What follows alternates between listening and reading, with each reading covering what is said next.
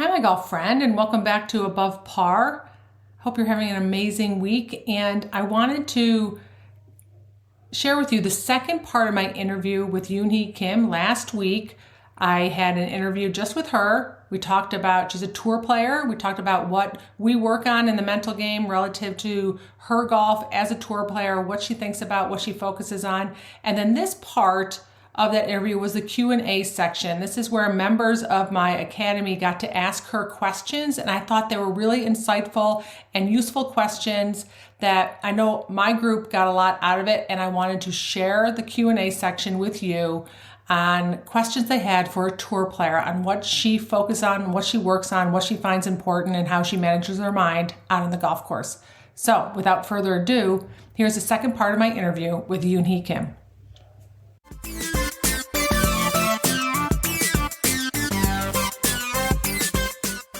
So if anybody has any questions about Yoonhee's experiences, or you want to ask her what it's like to play on the tour or how she manages anything, this is a great opportunity. And Pat, I'm going to pull you out. So Pat, she's an avid golfer, really good athlete. I actually played golf with her this past weekend when you were texting me. I was playing with Pat in West Virginia. Pat, I remember you on a call, and I remember you making the comment that you would be confident.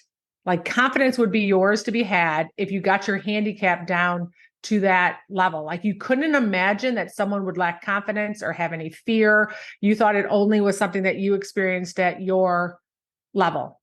What do you think now after hearing what Yoonhee has to say? It's an eye opener.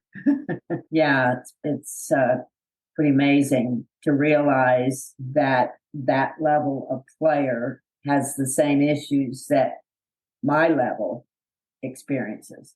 Yeah. Because when we were playing this weekend, you had fear, right? You were worried about what other people think. And we talked about confidence, all things that Yoonhee was talking about. So can you imagine, what do you think about her worrying about what other people think at her level? Yeah, blows my mind. Why would she think that? Because she's already good, right? Right. Yeah. Okay. You're a good golfer. You're thinking that the people in your group would think that you're amazing if you played at that level. So Yoonhee, what are you thinking about? How are you worried about what other people think? Like, so she's saying like, oh my gosh, you're an amazing golfer. Like, how could you possibly care what other people think? But what happens in your world relative to her world? It shrinks, basically. I'm going to tee this up for you a little bit. You're playing with a bunch of 25 handicaps, let's say, for instance, Pat, right? Now the level shifts. It's just your little community changes a little bit. But what else, Yoonhee? Well, like when I'm home, like I'm gonna go play after this, and I play with a couple, and he's like an 8, and his wife's a 19, I think, and we have the best time. But I'm always admiring her because we play games, and she always beats us. and, and so it's kind of like I think it, and it might sound crazy, but like sometimes I'll play with like a higher handicap, and if I'm not playing that good, I'm like, oh, I'm embarrassing myself. Like I'm supposed to be this at this level, and I'm not playing at that level today. So I think it's just realizing like people are not like me. I've definitely had my self doubts, and it's not a guaranteed confidence just because of your handicap. It's not, but yeah. And that's okay. I think that's totally fine. Yeah. It's a little bit of it is almost at your level as imposter syndrome. So imposter syndrome is where we think we should be better than we are, or people think that we're better than we are. It's still a way of worrying about what people think, but it's a little bit different than you, Pat. You're thinking that people think that, you stink, right? That you're worried that people think that you're not good enough. It's a similar thing, but she's also sitting there. They think I should be much better than I am. Right. Because I'm a tour player, that I shouldn't make these misses, that I shouldn't miss fairways, that I shouldn't hit wedges like 20 feet from the pin, that I shouldn't 3-putt, all those things, that I'm a tour player and I shouldn't make those mistakes. And that's where we worry about what people think. Is that a little realistic, especially when you have higher handicaps, right? Mm-hmm. Or anybody. Yeah. Definitely something I put on myself. Mm-hmm. I'm sorry, Pat? It's definitely something I put on myself. Yeah, but we all do, right? So like everybody, we worry, this is like part of our human nature is to worry about what other people think. And it's just really about getting curious about it. But it's interesting that we worry about what other people think. It shows you how it's just fabricated in our brain because it's not based on your handicap. It's not based on your shot. It's not based on your score. It's not based on a 3-putt. It's something that we create in our head that makes us feel that way. Talk a little bit about Yoonhee, about confidence relative. I talk about confidence in 2 ways. I probably have shared this with you too, is that we can have confidence about how well we hit it, our shots. And for everybody, that's basically your level of miss, let's say, for instance. Like, so Yoonhee's level, it might be like, I expect to only, hit this many good shots and only miss this many. And where a higher handicap might be like going good enough, right? That's like, I'm pretty confident that I'm going to do it good enough. But confidence in our ability can ebb and flow with golf. We go in and out of it. Like when she was playing in tour school, her game didn't feel quite there. It was there. It just wasn't there at that time. So then our confidence can kind of wane a little bit. So that's one kind of confidence, right? We've talked about this in this group a lot, confidence. And the other kind is that having your own back. That's a different, like, it's like, I'll figure it out. I'm going to have my own back. I'm going to be patient. I'm going to talk kindly to myself. I have total confidence that I'll figure it out. 2 totally different things. Mm-hmm. So one you can have, the second one you can have all the time. But the first one relative to your ability is going to ebb and flow. And we got to surrender to that a little bit. And that's basically, in my opinion, Yoonhee, I want you to share about your confidence relative to your skill is just something that we have to accept a little bit in golf. And then it just shows us where we need to put in some work, right? 100%. Yeah. 100%. I think like that, the second confidence of like, I'll get it together no matter what is like, relies on like how much you've worked or like what you trust in yourself. Mm-hmm. But I think that first one that's going to ebb and flow, it's like, that's where you kind of have to stare yourself in the mirror and be like, what do I need to work on? Like if I'm hitting my wedges 20 feet from the pin, for me, that's really bad. That's anyone at my level is like, it's not okay. Right. But I like on the course when I'm playing, everything's okay. Like that's kind of where I'm like, everything's okay. But then afterwards is when it's like, it's not okay. Let's go to the range and figure it out. So wait a minute. So why does she do that? Because when she's on the course, if she's saying it's not okay, she's going to freak her brain out, right? She's got to go up to that next shot, that next putt and figure out how to make it. So she doesn't want to sit there and go, it's not okay. This is a problem. She's like, it's okay. I can make this putt. But off the course, what she's saying is, okay, I need to work on my wedges. I love the way that you said that. It's like good enough, but off the golf course, I need to work on that part. Don't get me wrong.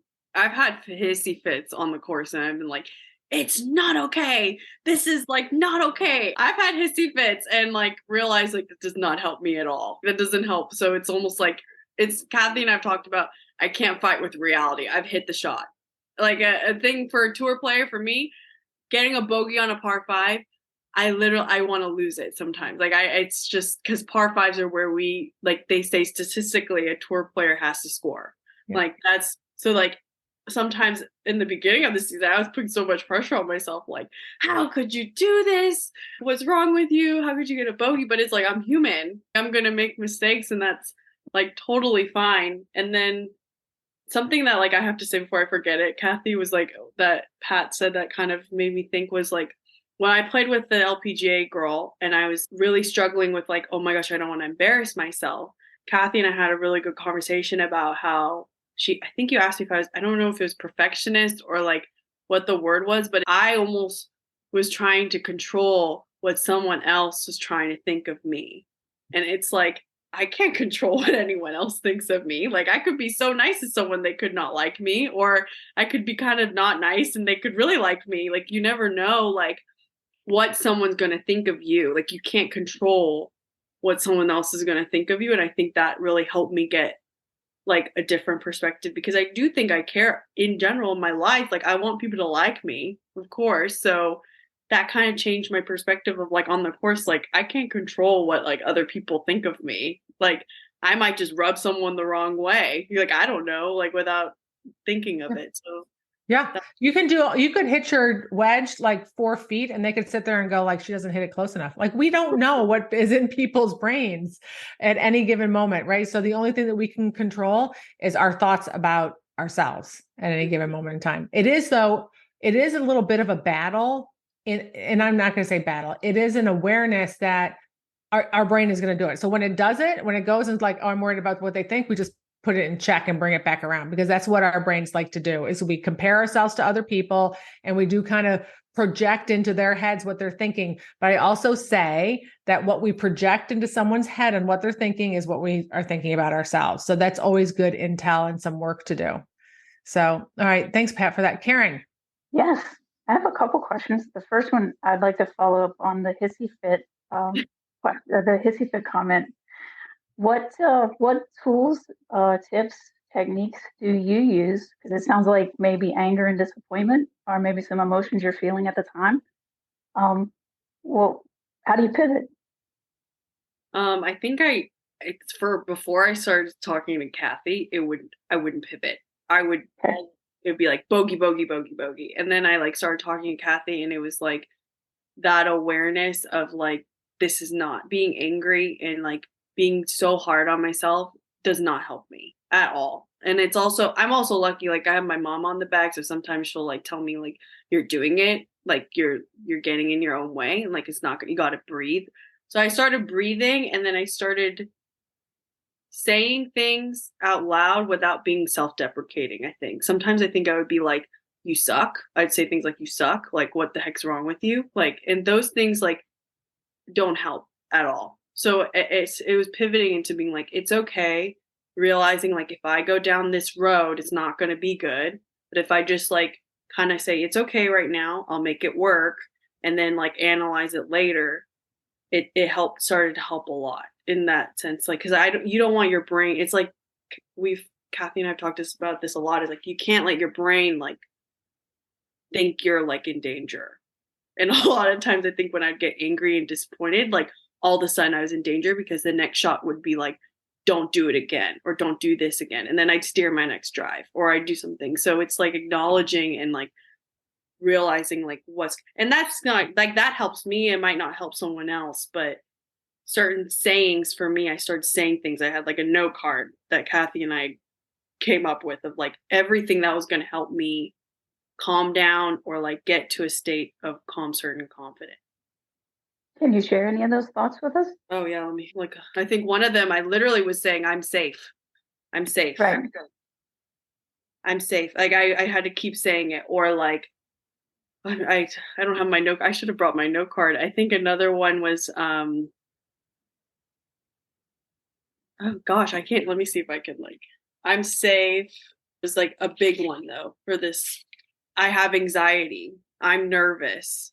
I'm human. Things like that. And then another thing is like, I love talking to people. So I would go sometimes talk to my playing partner, or I'd like, my mom and I came up with a list of random things to talk about, to like we talk about a TV show or like something funny that would make me laugh. So just like finding those things like definitely helped me. Cool. Yeah. One more question. Is that okay? Yeah, for sure. Okay. Based on what, like all the things you've learned this year, or not just this year, but especially this year in the growth, what's the one piece of wisdom you would go back and tell your 12-year-old self to help that little 12-year-old girl as she's growing up?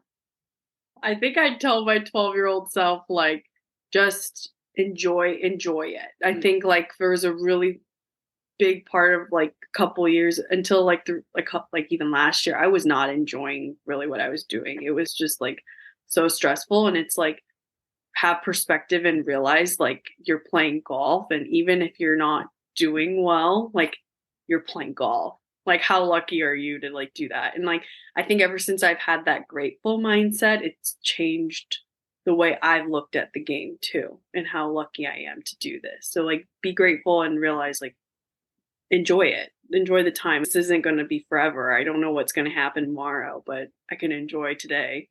Awesome. Thank you. Super good. Natasha. Okay, Yeah. so I had kind of two questions. When you were coming up and trying to decide what you were going to do, was it in your brain that it was only playing as a professional was your only option, or are you exploring some other options of things to do? Because, I mean, you talk a lot about the stress and stuff. And so I always wonder, because my daughter plays, and I always wonder, you know, people always assume that you want to go play professionally. And so I'm wondering if that was something that you experienced as you came up. And then I also wanted you to kind of talk just a little bit about how you manage some of the financial things related to this, because I do have a friend who plays on that same tour, and I know her dad caddies for her, and I know it's a struggle for her. So I'm kind of curious about how you manage that. So, first question. Yeah. So my parents kind of let me choose whatever I wanted to do. So like I didn't like, they never forced me to play golf. At age 10, I started playing tournaments. I liked it because I was like getting better and better. And so then it was like, okay, I got a full ride to go play college golf. And then I was like, okay, well, now that I'm doing this, like it became, I really want to turn pro after college. So I think for me, it wasn't like there was nothing else in sight for me. Because even when I was at the lows of lows, I like still wanted to play. So that's where I was like, I must really like this sport because I still want to play. So for me, there wasn't really any other thoughts besides that. And then the second question, financially, I've been able to like get like a clothing sponsor. I've had some sponsors, and then also I work there's a company called Backswing Golf Events, and that's helped me like really support my career, and it's a really good way to support myself on the off season. And they're basically charity corporate events, and they hire like a pro to go help like fundraise for that day. So that's kind of like what I do in the off season.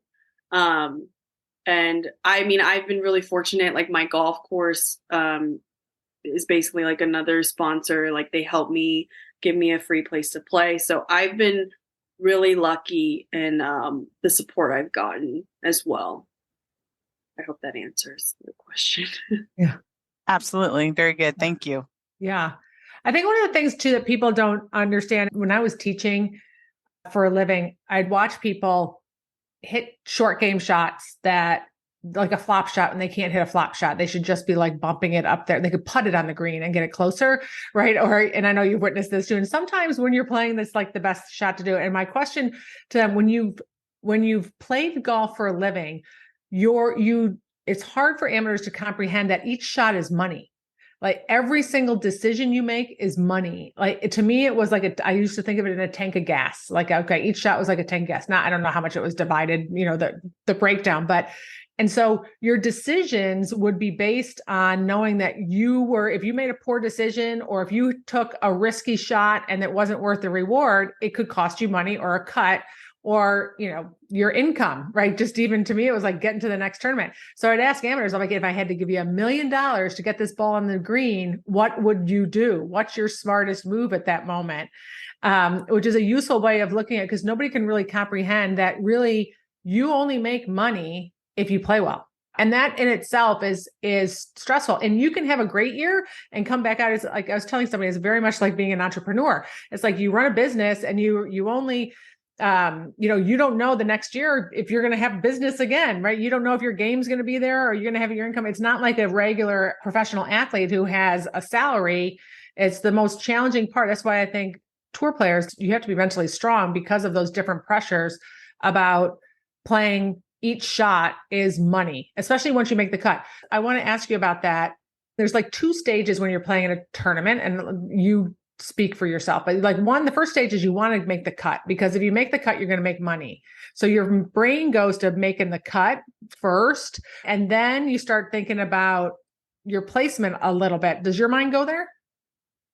I think like sometimes. Mm-hmm. It was funny that this got brought up because one of my friends that plays on the tour with me, we were talking about it, and we were saying like if we didn't have support and if we didn't have like these other avenues to like make money on the side, it's like betting a lot of money on yourself.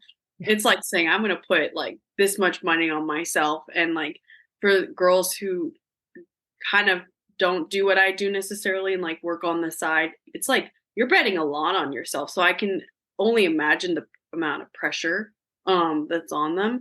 And I think I was putting that pressure on myself as like I want to just play as good as I can and like make as much money as I can. And then I think it shifted for me a little, because then it became like I need to get as many points as I can, because money list and points weren't like correlate necessarily like exact, because some tournaments might have more money than others. So for me, it became like, I need to get as many points as I can. Cause like once I shifted from like making cuts, like I was consistently pretty much making cuts, it became, okay, well, if I do good in points and I'm making money and points, so like how high can I get on that list? Which would kind of lead to like some not so great final rounds. Yeah. Yeah, that is the hardest part, right? Is like once you make the cut, then you're going to the like points or money. Like I didn't have points at that time, but it's kind of like there is something that you're quantifying in that. And then keeping your brain in that present moment and staying confident, not getting ahead, not starting to add it up before you get there, or getting excited about a good round and not trying to blow it, or putting pressure yourself on one that you're a little bit behind. It is about kind of surrendering to the ride of the game. And just like, my job is to stand out there and hit as many shots from my preferred state, slap my score up on the board. And that's the best I could do. And just be really aware of all the little thoughts that pop into our head when we start focusing on results, which is really what you were talking about right there, right? Is focusing on your results one way or another. Yeah. There was one pro-am I played in, and the guy I was playing with, he was hilarious, but I could hit it to like stick it. He'd be like, you just need to focus a little more. Just focus. Like, as he was joking around, but like, focus. You could have hit it in the hole. And it's like, I think like it made me laugh. Like, it was a great like laughing point for my mom and I to talk to that week. But it also was like, yeah, focus on like what this shot right now. Cause I think I can get ahead of myself too. It was like, oh, well, if I bogey this hole, then like this is going to happen. And if I do this, then this is going to happen. And it's like, I can't control what other girls are doing. Like, some girl could have the round of their life and win. Like, you just don't know what's going to happen. So just focus on like what you need to do right now. Yes. Yeah. And we talked about focusing in this group. We talked about focusing on results, where our brain goes ahead and starts adding up our score one way or another. Your brain does it too, right? 100%. Yeah. I know exactly what my score is. I know exactly what I'm crazy. I know exactly what every girl in my group has done the whole round. That's just how my mind works. Yeah. And the thing is, it's not ever a problem unless it takes you out of the present moment, right? It's not a problem if it doesn't put pressure on you. It's not a problem if it's just information and your brain's likes information. But if it's like, oh crap, they're playing better than me, and now I need to change something up, or, I know I need to make some birdies coming in. By the way, before I let you go, because she's got to go play golf, can you make a birdie on demand? Like, if you sit there and go, I need to make a birdie here. Can you? I saw your eyes get big. Like, that saying, we all do it. Like, I need to make this putt. I need to hit it on the green. I need to make a birdie. I can't make any bogeys coming in. I have to shoot a number. Is any of that useful for you? And if so, how do you make it useful? I don't really think it's really hard to be like, I need to make a birdie and I'm going to do it right now. I think like I've said it and it does not happen every time. Like, you can control things. Like, what if a gust of wind comes right when you're hitting, right? You just never know. Like, things can happen. But there is something in me that like on those last couple holes, I just dig deep. I just want to dig deep and like finish as strong as I can. And some days that's finishing with par. Some days it's like a bogey. It's just finishing as just really digging deep. Yeah. So for you, digging deep, does that create more focus for you? Is that what happens, or determination? What do you think is the emotion that comes with dig deep? It's determination. Yeah. I think for sure. It's like, sometimes I have found that like when I get into that, like I need to dig deep right now, there's a different level of determination that comes. And I think we've talked about this as like, how can I get that the whole round? Maybe. Yeah. I think for me, it's always been like that my whole life, is like those last 3 holes. I don't know if it's that I know that it's the end is coming, like the round is coming to an end, that makes me go, okay, focus, like you're tired, eat something, go finish as strong as you can, go as low as you can, kind of thing. Yeah. And that's useful for you?